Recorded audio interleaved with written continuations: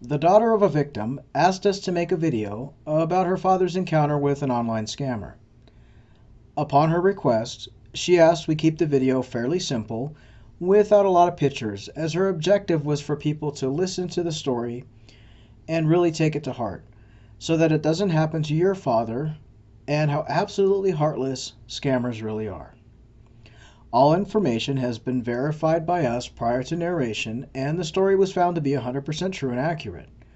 We do have photos of the scammers involved with her father's scam, but upon her request, will not be posting them to the video as to not give the scammers the attention they do not deserve. This story is extremely distressing, so please be warned that if you are easily upset, perhaps find another video to watch. Beth wrote the following. I had a hard time telling this story with tears. I want to share this with the world in hopes that it helps some stop and think before falling for a scam. I blame myself for getting my father involved with the internet. I can't help but feel the guilt weigh on me, and in time I hope to heal. This is not my story, but the story of my father and his descent into what I call scammer madness. This started 3 years ago. My father, who at the time was 73 years old, he was a veteran of the Army and spent the rest of his life after leaving the military working in construction as a foreman for a huge and well-known construction company. In other words, my dad worked hard and provided for all us kids. When my mom passed 5 years prior, it shook my dad to his core. There were high school sweethearts. They'd been married for so many years, so you can imagine the grief that he felt. My younger brother and I lived close to my dad, and we checked on him every week. He was improving since my mom died, but still struggled with being lonely. Over time, Dad struggled more with getting around and meeting people. A lot of his friends were in assisted living apartments, had passed away, or had moved in with their kids. My dad was very stubborn, and he wanted to live in the home we grew up in and remain there for as long as he could. It was a home he held memories of the family and of Mom. So, we made an arrangement to check on Dad once a week in person. He had all he needed, and my brother, and sometimes my husband, would come by to mow the grass for him, shovel the snow in the winter when the snow would hit. Dad had a good retirement from the military, as well as his pension from the construction company and his Social Security. His house was paid for, as was his truck. So in reality, Dad had only had to pay for property tax, electric, water, trash, etc., the basics that run a home, which left him quite a bit of money left over every month for himself. As time went on, Dad was very lonely, and while the idea of him going out to social events in town seemed like a good idea, he loved being home. So my brother and I decided he needed to jump into the modern world, and we bought him a laptop and got him the internet. We thought this would be a great way for him to keep in touch with his distant family, his cousins, and he had a brother who lived across the country. We showed him how to use the laptop, webcam set up for Skype and Facebook. We also got Dad a cell phone, something he was hesitant about, but we pushed him to have it in the event that he fell in the home or was out in the yard and fell. He would have a phone in his pocket to call for help instead of just a landline. Over time, though, Dad got really great at Facebook and Skype. He would video chat with his distant family, send Facebook messages, and posted tons of stuff. It kept him entertained, and he started playing the card and casino games on the Facebook game room, as well as Scrabble and Words with Friends. I was thrilled because it kept his mind busy. He often would play Scrabble with friends and other online games and always post his wins to his timeline. Nothing was really off with Dad. I or my brother would come check on him every week, and he was fine. He was always on the laptop or on his phone. I noticed one afternoon, when we went to lunch, he had WhatsApp downloaded onto his phone. I asked him why is he using WhatsApp, and he said a friend online used it and asked him to download it for free calls because it cost nothing. My teenage son uses WhatsApp with his friends, and yes, you could call people from all over for free. But I found it a little bit odd at the time, but then I thought, well, good for him. He's learning so much. Dad was very happy and upbeat, which I felt was due to him being online, playing online games and being brain busy. A few weeks after, I stopped by Dad's house unannounced. I wanted to drop off some food I had made. When I knocked, he didn't answer, which was unusual. I was concerned as his truck was in the driveway, but he was not answering the door. I had a key and I let myself in to find my dad at 1 in the afternoon sound asleep. I thought maybe he was taking a nap, but he was in his bed, not his usual recliner he uses for napping, and he was in his bed clothing. I woke him up to make sure he was okay.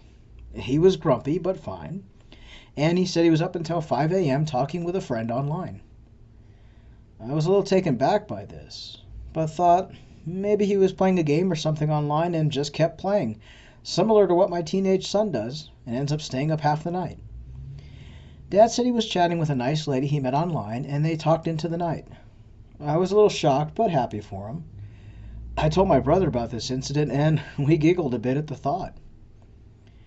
Fast forward a few weeks later, and we were having a cookout at my home. Dad loved to come see the grandkids, and he loved my husband's barbecued ribs. Dad, though, declined to come. He said he was tired and he'd been busy and he didn't feel up to coming. This was odd, and the next day I stopped by the house to check on him, but he wasn't home. As time went on, and the days followed, Dad hardly kept in touch. He was never home, and often he said he was out shopping or paying bills. When my husband came over to mow the grass one afternoon for him, he noticed Dad wasn't home again.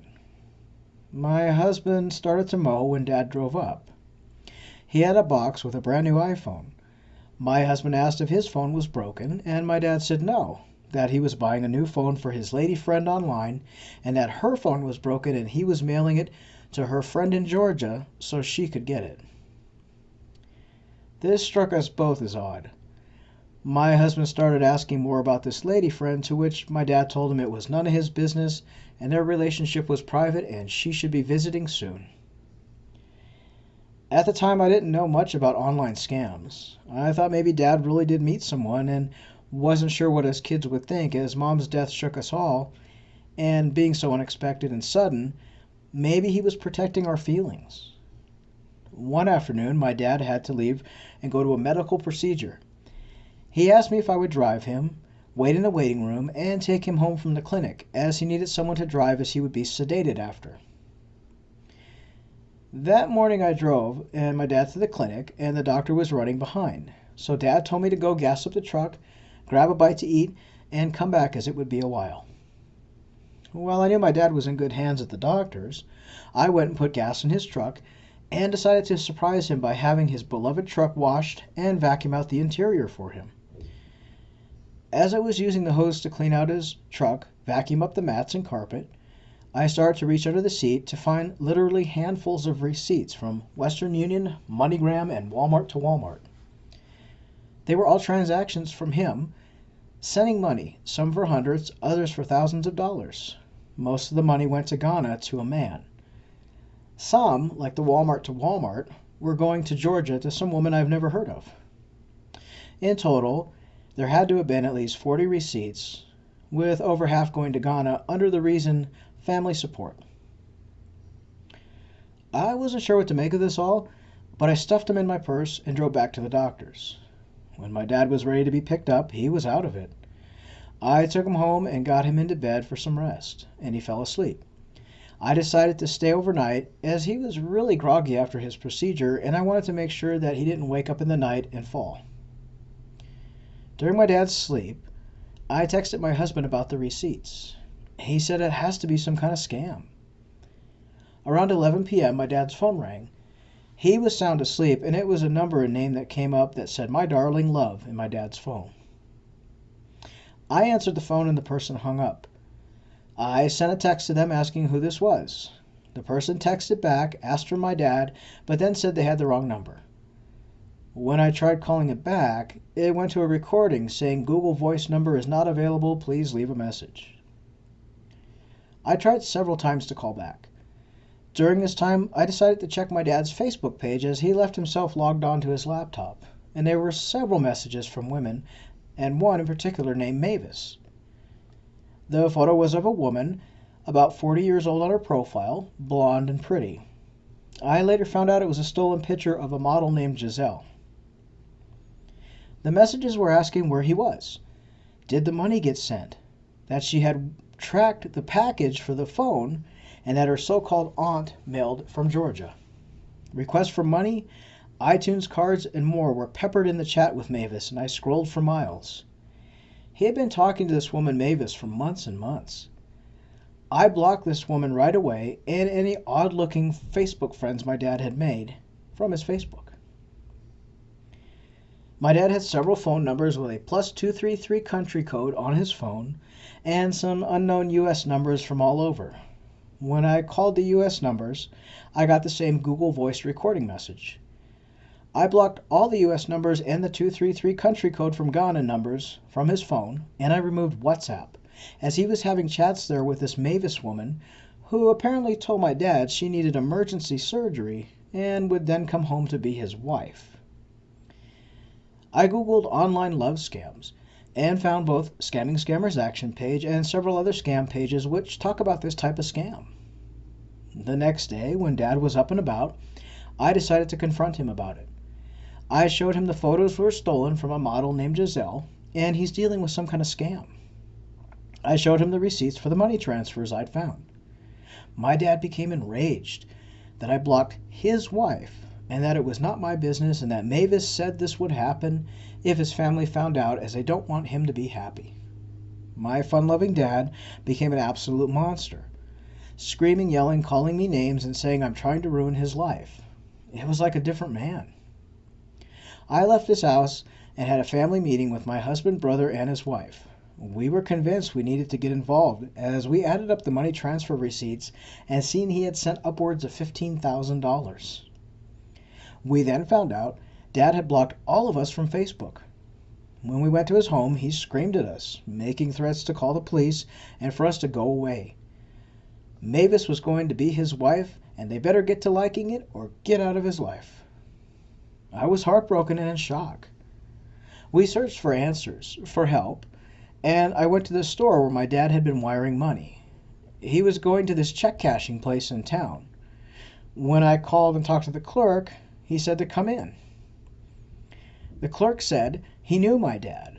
We live in a semi-rural town, and that he comes at least twice a week to send money to people, including transfers to Ghana. I asked the clerk to stop allowing him to send money, but he said he can't refuse someone from sending money. He can only ask them 3 questions, if they know the person, etc., and Dad said he knows her. The clerk was adamant he would lose his job if he tried to stop him from sending money, since he passed the 3-question test. I called Western Union and MoneyGram and was able to file a fraud complaint against the people he's been sending money to and give them his name, to which they informed me he had been banned from sending money recently because of the fraudulent transactions to known scammer countries, and he was sending excessive amounts of cash and transactions weekly, which raised red flags. I was so relieved. Walmart had also banned him from sending money, and I thought this would be the end of it, and Dad would see he's being scammed and run back to his family. But this was only the beginning. We didn't hear from Dad for a couple weeks, and then we noticed his truck was missing from his driveway. I had our son call him and ask about the truck, as my son was promised by my dad that he would teach him to drive when he turned 15, and my son was nearing that age, with his birthday coming up.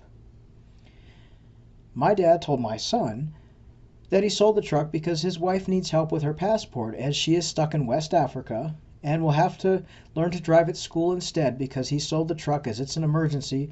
He needed to help his wife. I was shocked. How is he getting money to her now? I ended up finding out my dad sold his truck to a local used dealership, which I knew the owner as we went to the same high school together. This is the perks of living in a rural small town. When I inquired about the sale, he told me that a man came in to sell his truck to help his wife pay for surgery, and they gave him $10,000 for the used truck, which in reality his truck was beautiful and had a market value of at least $20,000. I went to my dad's house to confront him. I was over this and over the scammer. He refused to talk to me. He said I didn't want him to be happy. I went to my local police for help. They also sent an officer to talk to him about scams and fraud, but he refused to believe it. The officer said that my dad was sending money through online alternative transfer services like RIA and PayPal. There was not much the officers could do, as he is in his right mind and is his own free will to send money.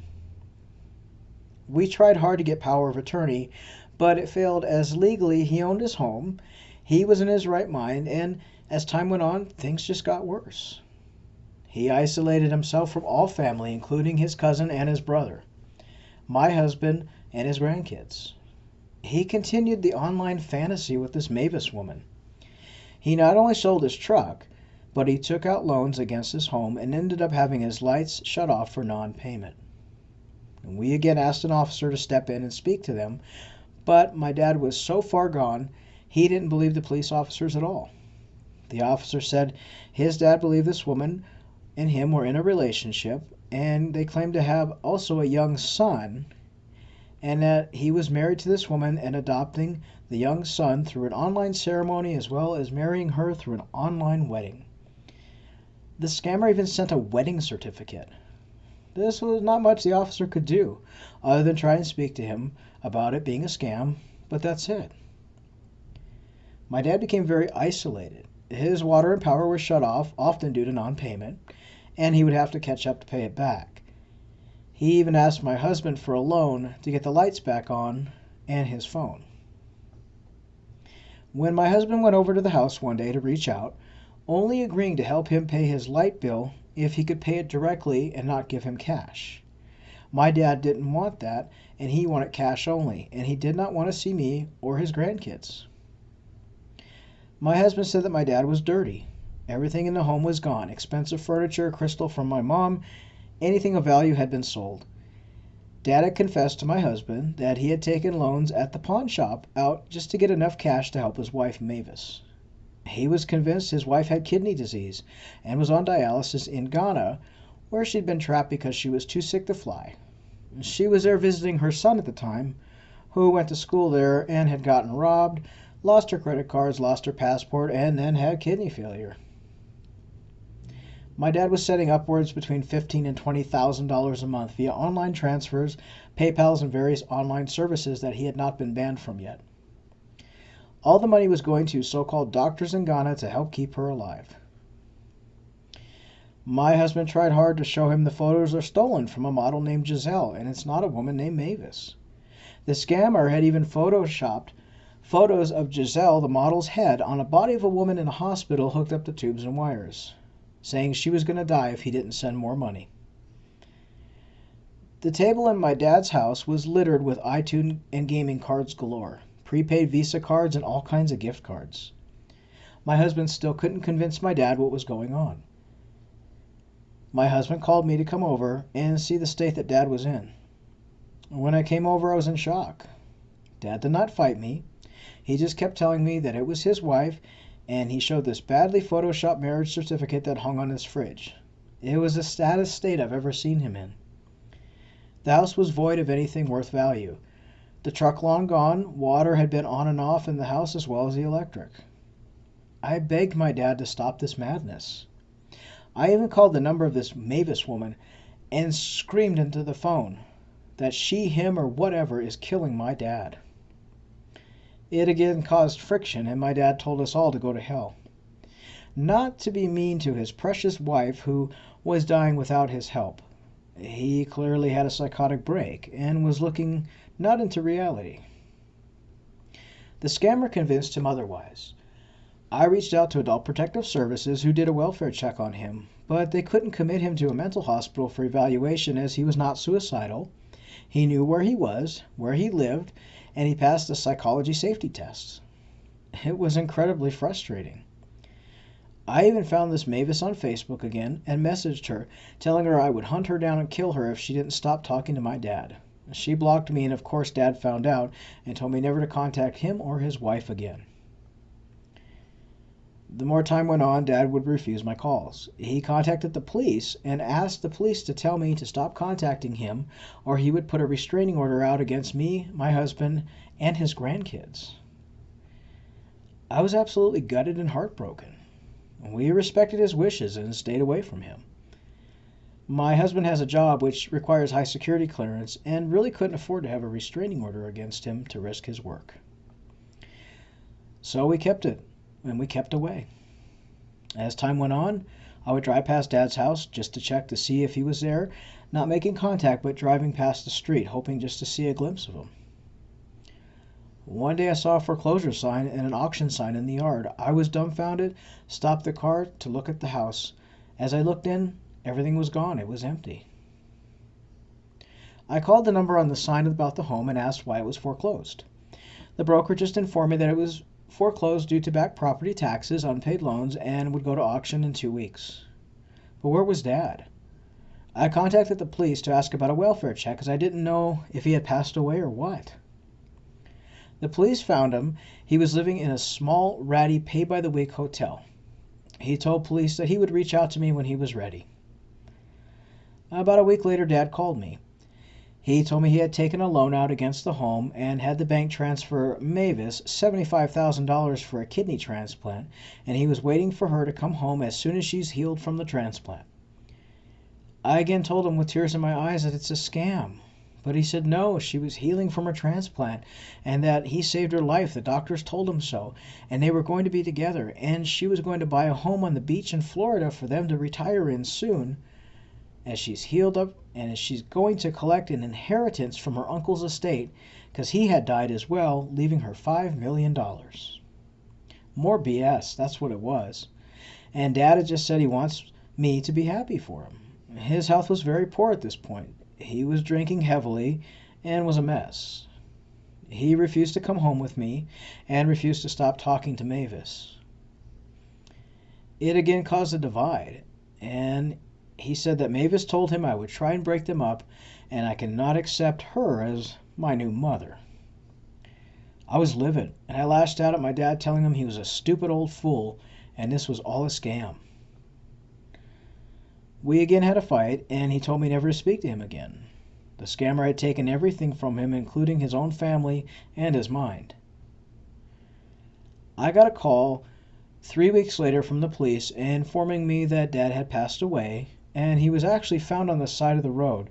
He died from what they think was a massive heart attack. He was walking to the store and had $2,000 in his pocket on his way to try and send more money. They even found money order receipts, Western Union receipts, etc. in his pocket.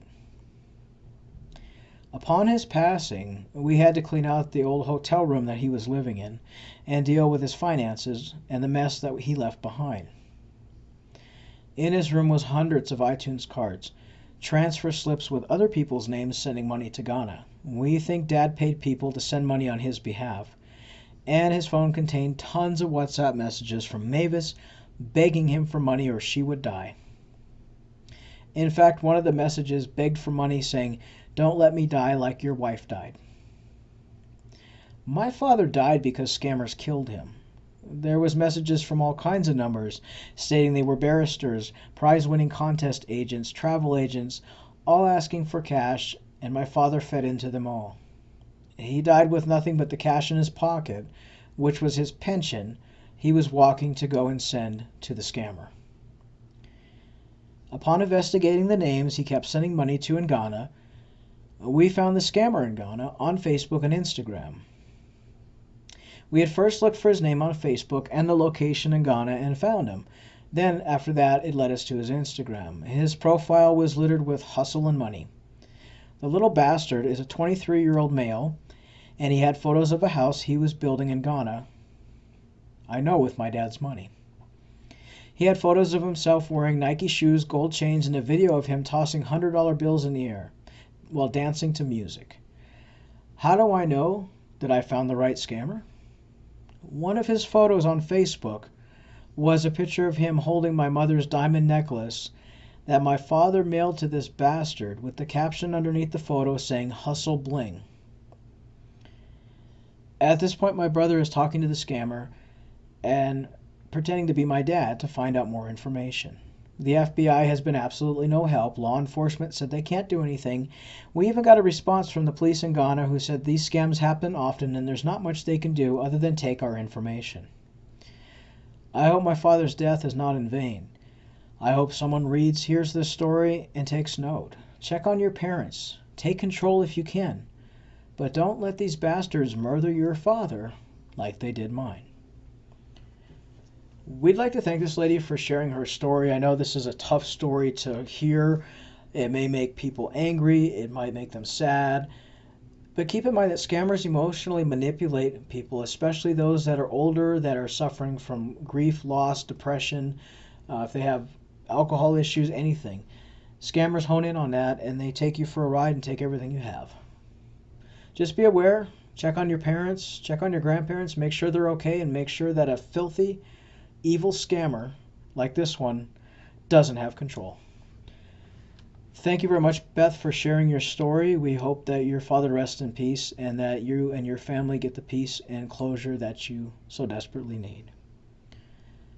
If you'd like to share your story, you can find us on Facebook under the page Scamming Scammers Action. You can also drop us an email, scammingscammers@gmail.com, and we will verify your story and narrate it into a video. Thanks for watching. Bye.